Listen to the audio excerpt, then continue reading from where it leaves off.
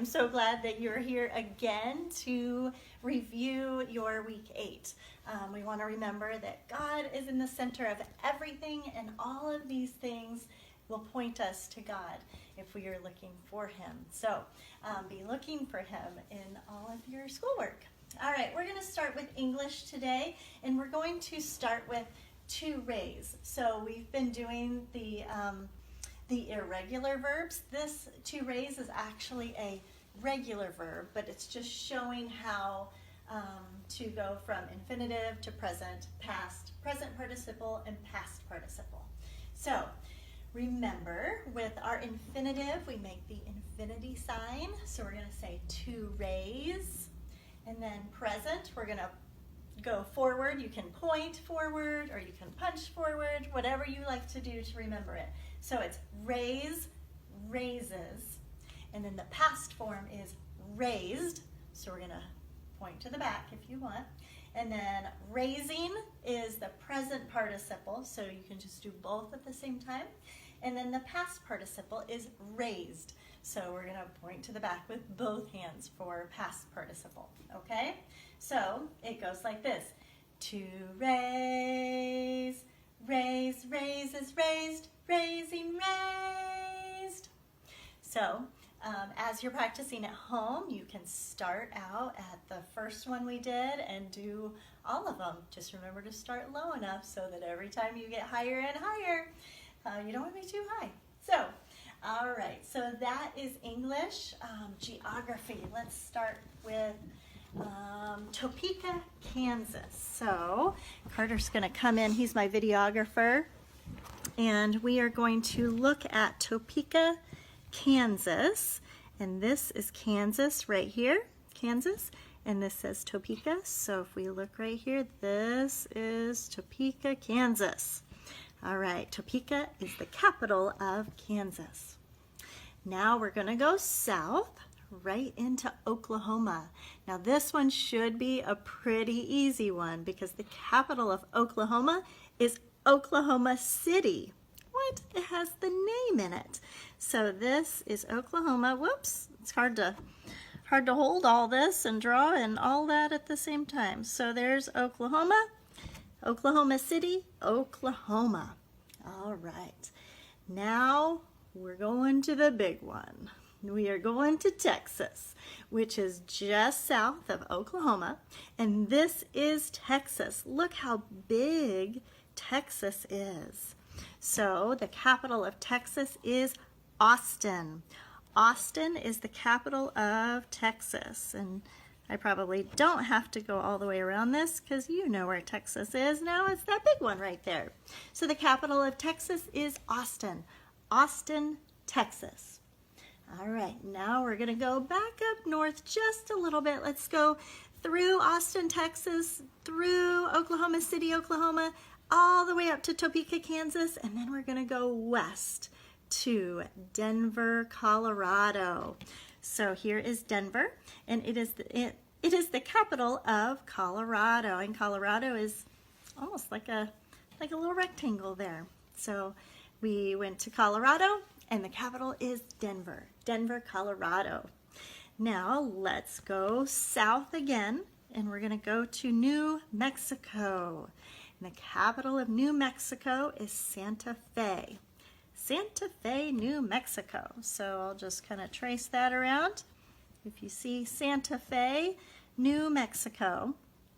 Now, New Mexico borders Colorado, Oklahoma, and Texas. And then we'll learn about these states on a different week. So, all right. Let's look at our map. Show me Topeka, Kansas. Ooh, there it is. Good job. All right.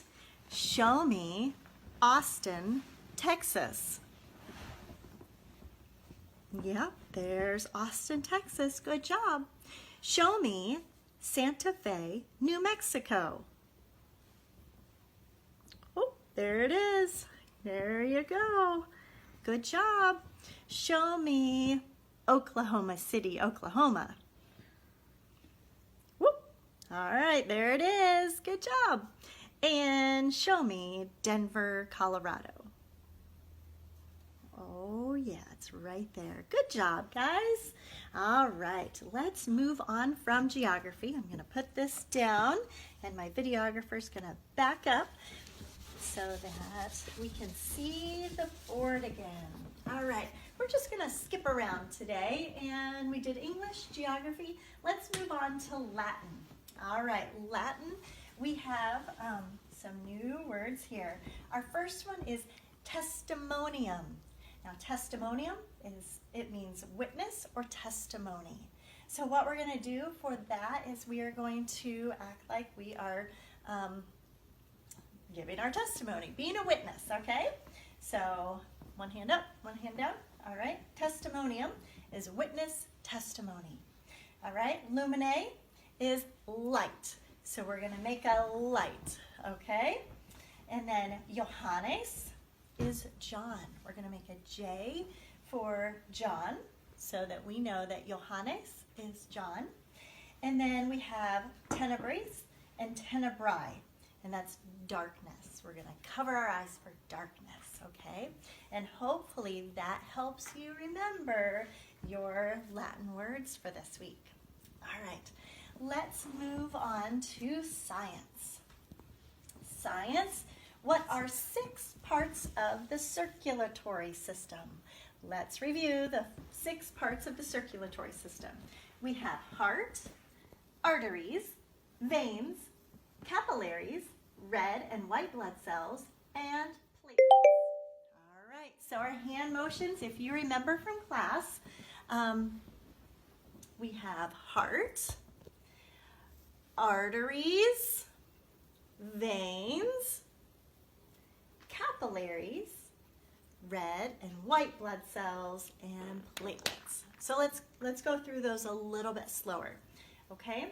So what are the 6 parts of the circulatory system?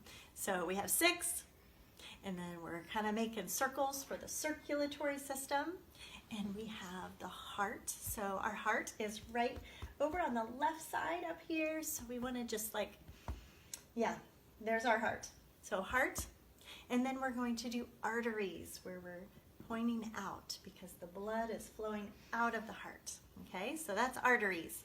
And then we have the veins, they're coming back into the heart. So the veins, and then we have capillaries. Capillaries are those little things in there. They come together there, so we're gonna make our fingers come together like little capillaries, okay? And then the red and white blood cells, we're going to make an R for red and a W for white to help us remember the red and white blood cells. And then platelets, we're going to act like it's a little plate and kind of clap on our flat plate. So platelets. All right, one more time. What are 6 parts of the circulatory system? The 6 parts of the circulatory system are, I feel like that's right in my face. Can you back it up, please? Can you back up, please? Thank you. All right, we have, what are the 6 parts of the circulatory system are? Heart, arteries, veins, capillaries, red and white blood cells, and platelets. All right, good job, everybody. Let's go on to our timeline cards. First up, we have the Council of Nicaea. So the Council of Nicaea, they talked about the Trinity. So 3 parts in one of God. So we are going to make kind of like a little wall, and we're going to show 3, and then we're going to come forward and show 1. Okay, so the Trinity, we have 3 in 1. Okay, so that's Council of Nicaea. Next up, we have Augustine of Hippo. So Augustine, just stay in one place, buddy, okay? Gotcha. So Augustine of Hippo, he converted to Christianity. So we have Augustine, we're gonna make an A for Augustine. And then the sign for change is putting your hands together and going the opposite direction, like a big change, okay? So we're gonna make an A for Augustine, and we'll just have 2 A's for our change, okay? So Augustine of Hippo. All right, then we have Jerome completes the Vulgate, okay? So Jerome starts with J, so we're gonna make a J for Jerome, and he translated the Bible, and it's called the Vulgate. So Jerome completes the Vulgate, and the Bible is a book, so we're gonna make a sign for book, okay? So Jerome completes the Vulgate. Then we have Visigoths sack Rome. So make a V for Visigoths. And then sack, we're gonna do the sign for take, okay? So Visigoths, sack, and then R for Rome. All right. And then the Middle Ages. So we're gonna make an M for Middle Ages. And we're gonna put our hand out and we're gonna go around. So in the song, it's gonna say the Middle Ages. We're gonna go around with our M, and then it's circa 450. So if you want to, and if you did this in class, or just if you want to practice at home, you can do the 450. You can make a 4, a 5, and a 0, okay? So 450, and then to 1500. So 15, you turn your hand this way, and like kind of like you're waving backwards. So 1500, make a C for the century for 100, okay? All right, so next up we have Council of Chalcedon. So Council of Chalcedon talked about the two things about Jesus, okay? A loving man and also a judge. So the Council of Chalcedon. So we're gonna make the 2 for the 2 things they talked about, and then Jesus, because we're talking about Jesus. All right. And then Western Roman Empire falls to barbarians. So we're going to make a W for Western, and then we're going to go across. So Western Roman Empire falls, if you remember, falls. We're just going to do that again. Falls to barbarians. So the sign for barbarian is kind of like you're showing your muscles strong, okay? All righty. So that's pretty good stuff. All right, let's go through that one more time. So we've got the Council of Nicaea, Augustine of Hippo. Jerome completes the Vulgate, Visigoths sack Rome. The Middle Ages, circa 450 to circa 1500. Council of Chalcedon, oops, and Western Roman Empire falls to barbarians. All right, might have done too much there. All right, let's move on to history. You learned this week about the Missouri Compromise. So tell me about the Missouri Compromise. So remember from your class that in 1820, Henry Clay, we made a C for Clay. So Henry Clay worked out the Missouri Compromise. So remember, a compromise means you're agreeing with somebody, or you're coming, maybe not necessarily agreeing, but you're coming together to make an agreement. So you kind of shake hands with that person. So however you want to do that, like shake hands or this way. So Henry Clay worked out the Missouri Compromise, allowing Missouri to enter the Union. So we'll make use and union, kind of means come together, but in this case, the Union was the North. Enter the Union as a slave state. So we're going to go like this because the slaves, they were not free. And then Maine as a free state. So the Missouri Compromise allowed Missouri to enter the Union as a slave state and Maine as a free state. Okay, so if you remember from class, the song goes like this, and let's do our hand motions and sing the song together. In 1820, Henry Clay worked out the Missouri Compromise, allowing Missouri to enter the Union as a slave state and Maine as a free state. In 1820, Henry Clay worked out the Missouri Compromise, allowing Missouri to enter the Union as a slave state and Maine as a free state. All right. I need my helper now because we are going to do math. All right, we're going to do math. And in your class, you probably did skaters.